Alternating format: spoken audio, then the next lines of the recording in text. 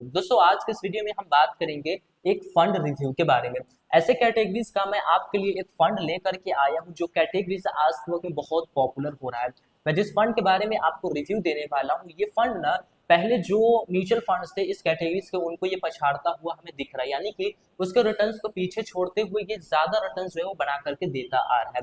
दोस्तों हम आज के इस वीडियो में बात करेंगे एक जेएम म्यूचुअल फंड हाउस के द्वारा एक जो फंड है उनके बारे में हम बात करेंगे। इस वीडियो में ना आपको फंड के बारे में बेसिक पूरी जानकारी मिलेगी। इसमें आपको ये पता चलेगा कि हम यहाँ पे पैसे को लगाएंगे तो हमारे पैसे को किन किन जगहों पे लगाया जाएगा, पहली चीज। दूसरा चीज हमें ये पता चलेगा कि पास्ट में ये फंड जो है कैसा परफॉर्मेंस किया है। तीसरी चीज ये है कि ये ना हमसे कितना फीस ले रहा है, फंड को मैनेज करने के लिए हमसे कितना फीस ले रहा है। और साथ में ना मैं आपको एक कैलकुलेशन भी करके दिखाऊंगा कि अगर आप कुछ दिनों पहले इस फंड के अंदर में पैसा इन्वेस्ट कर दिए होते तो आपको आज के वक्त में क्या वैल्यू जो है वो बन करके मिल सकती। तो चलिए बिना देर के हुए आज के इस वीडियो को हम शुरू करते हैं। वीडियो में आप नए हैं तो वीडियो को लाइक कीजिए और हमारे चैनल को वारिस ऑफ फ्रेंड्स को सब्सक्राइब कीजिए ताकि इस तरीके के वीडियोस जो है वो आपको रेगुलर मिलती रहे। तो चलिए सबसे पहले मैं ना आपको यहाँ पे फंड का नाम बताता हूँ। जिस फंड का हम रिव्यू करने वाले हैं उस फंड का नाम हम देखने को मिलता है जेएम फ्लेक्सी कैप फंड। ठीक है, ये हमें फंड का नाम देखने को मिलता है। अब अगर आप हमारे वीडियोस को रेगुलर देखते हैं तो मैं ना अपने वीडियोस में फंड के नाम से ही आपको ये बताता हूँ कि आपके पैसे को किन जगहों पे इन्वेस्ट किया जाएगा। और ये बात सच भी है कि फंड के नाम के अंदर में ही ये चीज छुपा रहता है कि हमारे पैसे को किन किन जगहों पे लगाया जाएगा। जैसा कि अगर आप इस फंड के नाम को देखते हैं तो फंड का नाम है जेएम फ्लेक्सी कैप फंड। यहाँ पे जेएम जो आपको देखने को मिल रहा है ये एक म्यूचुअल फंड हाउस है, ठीक है, जो कि हमारे पैसे को मैनेज करेगा, जो कि इस फंड को मैनेज कर रहा है। ठीक है, इसके बाद आपको देखने को मिलता है फ्लेक्सी कैप फंड। ठीक है, फ्लेक्सी कैप फंड तो हमारे पैसे को कहाँ इन्वेस्ट किया जाएगा, तो हमारे पैसे को ना फ्लेक्सी कैप कैटेगरीज के मुताबिक इन्वेस्ट किया जाएगा। ठीक है, अब ये फ्लेक्सी कैप कैटेगरीज क्या होता है, क्या रूल कोई सेबी को फॉलो करता है, सेबी ने इस कैटेगरीज के लिए क्या रूल बना करके रखा है। तो मैं आपको बता दूं कि सेबी ने ना इस कैटेगरीज के लिए कोई रूल ही नहीं बना के रखा है, यानी कि इसको ना पूरा फ्रीडम दे रखा है फ्लेक्सी कैप फंड। यानी कि ना यहाँ पे फंड मैनेजर के पास पूरी फ्लेक्सिबिलिटी है। ठीक है, जैसे कि फ्लेक्सी कैप है, कैप का मतलब होता है मार्केट कैपिटलाइजेशन। तो फ्लेक्सी कैप जो होते हैं ना पूरी फ्रीडम के साथ ये चाहे तो लार्ज कैप, कैप आ गया है सामने तो लार्ज कैप के अंदर में भी आपके पैसे को लगा सकते हैं, मिड कैप के अंदर में भी आपके पैसे को लगा सकते हैं, स्मॉल कैप के अंदर में भी आपके पैसे को इन्वेस्ट किया जा सकता है। जिस जिस जगह पे आपको कैप देखने को मिलता है, कैप का मतलब होता है कैपिटलाइजेशन, उन सभी जगहों पे ना यहाँ का जो फ्लेक्सी कैप कैटेगरीज का जो फंड मैनेजर है वहां पे आपके पैसे को इन्वेस्ट कर सकता है, जितना चाहे उतना वो कर सकता है। वो चाहे तो सारा पैसा लार्ज कैप में डाल सकता है, वो चाहे तो सारा पैसा जो है मिड कैप स्मॉल कैप के अंदर में डाल सकता है। जहां पे उसे अच्छे रिटर्न्स मिलेंगे थोड़े बहुत रिस्क को देखते हुए वहां पे वो अपने पैसे को डाल देंगे, और डालते हैं तो हमें ना वहां से अच्छे रिजल्ट बना करके देते हैं। तो अब ना आपको ये चीज मालूम हो गया होगा कि ये कैटेगरी ये जो फंड है हमारे पैसे को किन जगहों पे इन्वेस्ट करने वाला है। तो सीधा सीधी फंड मैनेजर आप मान के चलिए कि फंड मैनेजर के ऊपर है, जहां चाहे वो वहां अपने पैसे को जो है वो इन्वेस्ट कर सकता है। अब ना यहाँ से मैं आपके लिए फंड का रिव्यू जो हूँ वो मैं शुरू करता हूँ। तो सबसे पहले रिव्यू में आप ये देखिए कि हम और आप जैसे कितने लोग हैं जो कि इस फंड के अंदर में पैसा इन्वेस्ट किया है, कितना अमाउंट ये फंड जो है वो मैनेज कर रहा है। तो यहाँ पे इस फंड का हमें फंड साइज देखने को मिलता है 4,228 करोड़ रुपए का। ठीक है, यानी कि हम और आप जैसे लोग जो है वो यहाँ पे 4,228 करोड़ रुपए इन्वेस्ट किए हैं और ये फंड जो है वो इतने पैसे को मैनेज कर रहा है। ठीक है, इसके बाद ना मैं आपको बताता हूँ इसके पास्ट परफॉर्मेंस के बारे में। देखा जाए तो पास्ट परफॉर्मेंस ये जो कैटेगरी से काफी अच्छा करके हमें दिखा रहा है। तो कितना हमें रिटर्न्स बना करके दिया है ये चीज भी हम यहाँ पे जान लेते हैं। अगर हम पिछले डाटा को देखें कि आज से एक साल पहले ये फंड कैसा परफॉर्म किया है, तो आज से एक साल पहले एक साल का अगर हम रिटर्न्स देखें तो ये ना 63% से भी ज्यादा का रिटर्न्स लोगों को बना करके दिया है, जो कि काफी अच्छी बात है। 63% मायने रखता है, यानी कि ना देखा जाए तो आपके पैसे को ना आधा से ज्यादा जो है वो बना करके दे दिया है एक साल के अंदर में।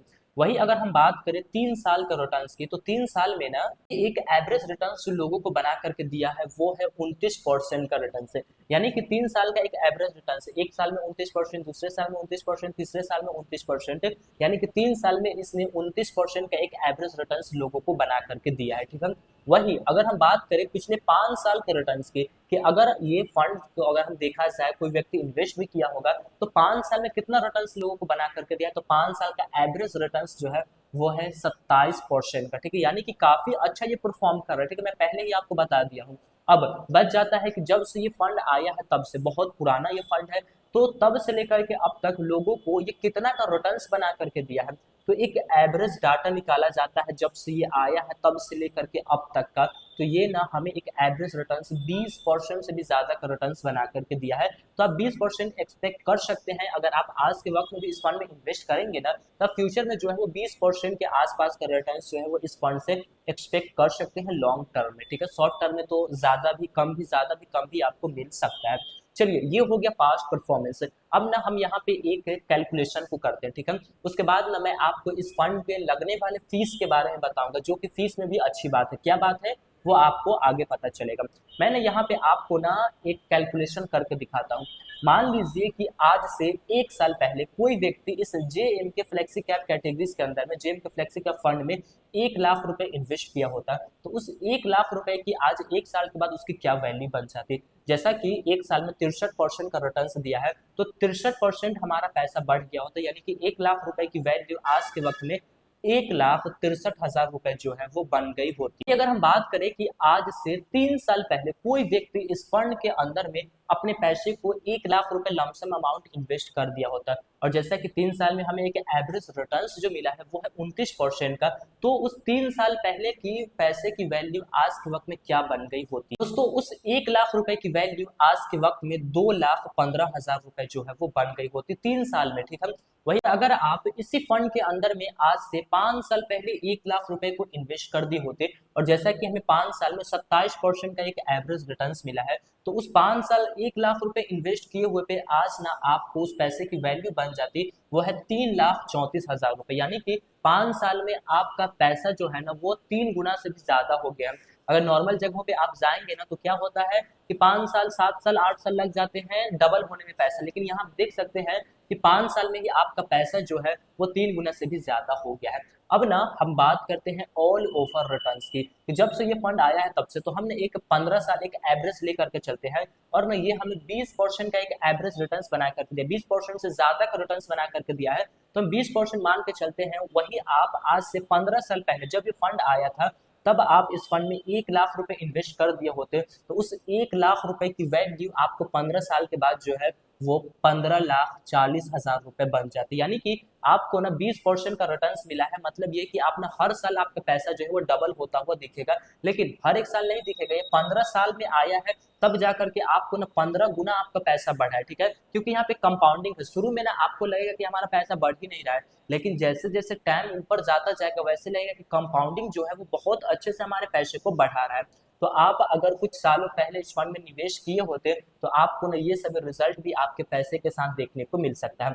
अभी भी देर नहीं हुआ है, आप चाहे तो आज भी इस फंड के अंदर में आप 1 लाख रुपए लमसम अमाउंट इन्वेस्ट कीजिए, और ना आप फ्यूचर में जो रिटर्न है वो 20% एक्सपेक्ट कीजिए, ठीक है, क्योंकि हमें पास्ट में मिला है 20% से ज्यादा मिला है, तो आप 20% भी एक्सपेक्ट करके चलिए कि हमें इतना मिलेगा, तो 15 साल के बाद ना आपका भी 1 लाख रुपए जो है वो 15,40,000 रुपए बन जाएगा। लेकिन फ्यूचर में रिटर्न्स की कोई गारंटी नहीं होती, 20% से भी ज्यादा रिटर्न्स मिल सकता है और 20% से कम भी रिटर्न्स आपको मिल सकता है, तो आपका पैसा 15,40,000 रुपए से ज्यादा भी हो सकता है 15 साल में 1 लाख रुपया, और 15,40,000 रुपए से कम भी हो सकता है। तो पूरा जो है मार्केट पे डिपेंड है, क्योंकि फंड जो होते हैं वो रिस्की फंड होते हैं, ठीक है। तो मैंने आपके सामने कैलकुलेशन ही बता दिया। अब ना मैं आपको बताता हूँ कि ये फंड इतना अच्छा परफॉर्म करने के लिए हमसे कितना फीस लेता है। पहले मैं आपको ये बताता हूँ कि अगर आपको इस फंड के अंदर में पैसा इन्वेस्ट करना है, तो कम से कम कितने पैसे से आप इन्वेस्टमेंट जो है वो अपना शुरू कर सकते हैं। अगर आप एसआईपी के माध्यम से पैसा इन्वेस्ट करने के लिए जाएंगे, तो मिनिमम अमाउंट जो है वो आपके पास 500 रुपए होने चाहिए, ठीक है, मिनिमम अमाउंट। मैक्सिमम की कोई लिमिट नहीं होती है, जितना आप यूपीआई से ट्रांजेक्शन कर सकते हैं आप कर सकते हैं, ठीक है। फिर वही अगर हम बात करें लमसम की, तो लमसम के लिए जो मिनिमम अमाउंट है वो है 1,000 रुपए। तो आपको अगर इस फंड के अंदर में दिलचस्पी लग रही है कि हम इन्वेस्ट करेंगे, तो आप 500 से एसआईपी शुरू कर सकते हैं, और 1,000 रुपए से आप लमसम अमाउंट जो है वो इन्वेस्टमेंट शुरू कर सकते हैं। चलिए, ये भी क्लियर हो गया है। अब मैं आपको बताता हूँ कि इतने अच्छे रिटर्न्स बना करके दिए हैं, तो ये हमसे फीस कितना ले रहा है। तो एक फीस होता है एक्सपेंस रेशियो, जो कि फंड को मैनेज करने के लिए हमसे ना फीस लिया जाता है। तो यहाँ पे जो आपसे एक्सपेंस रेशियो लिया जा रहा है वो है 0.40%, देखा जाए तो काफी बेहतर है। इसके मुकाबले में अगर आप पारंपरिक फ्लेक्सी कैप फंड को देखेंगे तो इसका डबल आपको एक्सपेंस रेशियो वहां पे लगता है, ठीक है। तो यहाँ पे ना एक्सपेंस रेशियो बहुत ही कम आपसे लिया जा रहा है, तो काफी अच्छी बात है, ठीक है। चलिए, एक्सपेंस रेशियो क्लियर है। अब एक और चार्ज कहिए या फिर फीस कहिए या फिर अब जो कहिए पेनल्टी कहिए, वो होता है एक एग्जिट लोड, ठीक है। कि आपने यहाँ पे पैसा को इन्वेस्ट किया, कब आप उस पैसे को निकालेंगे तो आपको एग्जिट लोड लगेगा, और कब आप निकालेंगे तो एग्जिट लोड नहीं लगेगा। यहाँ पे ना मात्र हमें 30 दिनों का समय देखने को मिलता है कि आप आज आपने पैसा इन्वेस्ट किया है, और अगर आप आज से 30 दिन के अंदर में पैसा को विड्रॉवल करेंगे तो आपको एग्जिट लोड लगेगा, और कितना लगेगा तो 1% एग्जिट लोड लगेगा। लेकिन वही अगर आप 30 दिन के बाद उस पैसे को विड्रॉवल करेंगे ना, तो वहां पे आपको कोई भी एग्जिट लोड जो है वो नहीं लगेगा। तो ये भी चीज है, तो जब भी आप इन्वेस्ट कीजिए तो लंबे समय के लिए अपने पैसे को इन्वेस्ट कीजिए। और अगर आप भी चाहते हैं कि आप 1 लाख रुपए इन्वेस्ट करें और 15 साल के बाद आपका पैसा जो है 15 गुना हो जाए, तो आप म्यूचुअल फंड की तरफ आइए। ये कैटेगरीज मैंने बताया बहुत अच्छा फंड है, लेकिन फंड सजेशन नहीं है कि इसमें आप निवेश करें, ठीक है। इससे भी काफी बेहतर फंड मार्केट में मौजूद है, और इससे भी काफी घटिया फंड जो है मार्केट में मौजूद है। इसलिए आप खोज करके खुद के रिस्क को देख कर, क्योंकि ये मार्केट है, कभी अच्छा है तो कभी बुरा है, तो जैसा भी हो सकता है, लेकिन लंबे समय में आप देंगे ना, 15 साल 10 साल 15 साल 20 साल देंगे, तो आपको अच्छे ही रिजल्ट जो है वो देखने को मिलेगा। तो मैं आशा करता हूँ कि आपको ये जानकारी काफी पसंद आई होगी। दोस्तों, अगर आपका कोई भी म्यूचुअल फंड से जुड़ा कमेंट है तो उस चीज को आप कमेंट जरूर कीजिए। मैं पूरी कोशिश करूंगा कि कमेंट के माध्यम से मैं आपको सारी चीज बताऊंगा, ठीक है। तो फिर मिलेंगे दोस्तों एक नए वीडियो में, तब तक के लिए जय हिंद जय भारत।